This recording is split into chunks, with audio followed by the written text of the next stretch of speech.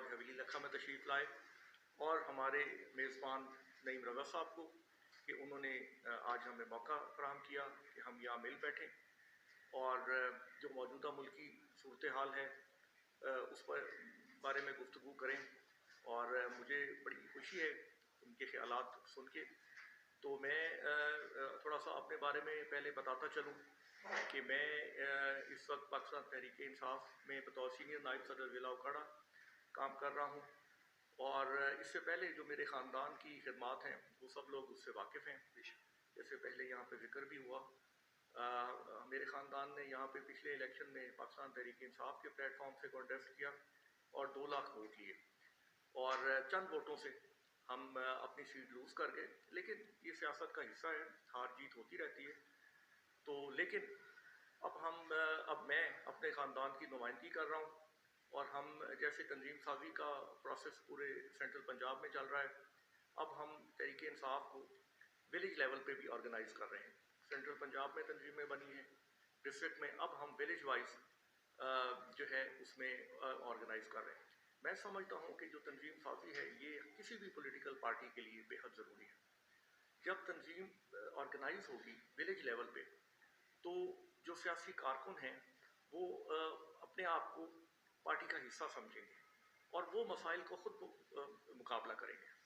اس وقت جو ہمارے ملک میں مختلف چیلنجز ہیں، جس میں جیسے کہ مہنگائی کا ایک مسئلہ ہے، اس میں جہاں پہ ذخیرہ اندوزی ہوگی یا کوئی مافیا جیسے ہمارے ملک میں سرگرم رہتے ہیں جو ذخیرہ اندوزی کرتے ہیں، سیاسی کارکن ان کو فیس کریں گے. اور دوسرا جو ہماری پاکستان تحریک انصاف کی حکومت کے جو بہت سارے اچھے اقدامات ہیں جن کو ابھی تک عوام میں اس کی صحیح معنوں میں اس کو پھیلایا نہیں، بتایا نہیں جا رہا، اس کی تشہیر نہیں ہو رہی، وہ تشہیر سیاسی کارکنوں کریں گے. اور جب یہ جماعت ولیج لیول پہ، گاؤں لیول پہ آرگنائز ہو جائے گی تو مثلا میں سمجھتا ہوں کہ جو یہ پرائم منسٹر ہاؤسنگ اسکیم ہے یہ کتنا بڑا کام ہے.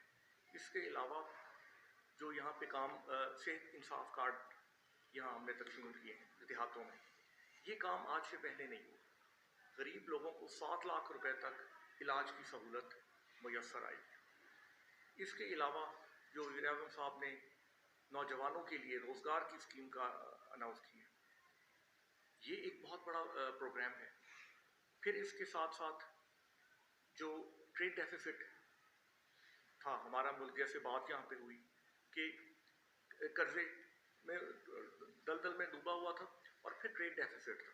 تو میں سمجھتا ہوں کہ 1 سال سے تھوڑا کے عرصے میں اتنے بڑے کام ہوئے ہیں، لیکن عوامی لیول پہ اس کی اس انداز میں تشہیر نہیں ہو رہی جو اب انشاءاللہ جب پارٹی منظم ہوگی ولیج لیول پہ تو اس میں ہمارے جو ساتھی ہیں، ہمارے جو کارکن ہیں، جن کو اب ہم پاکستان تحریک انصاف کے پلیٹ فارم پہ لا رہے ہیں، وہ انشاءاللہ ہر لیول پہ پارٹی کی آواز بنیں گے اور لوگوں میں وہ یہ پیغام دیں گے.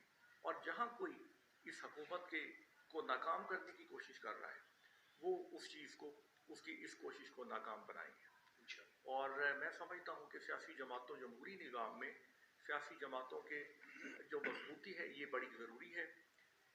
جب سیاسی جماعت مضبوط ہوگی تو ملک ترقی کرے گا، کیونکہ جو سیاسی کارکن ہیں وہ ایک ہی انداز سے سوچتے ہیں.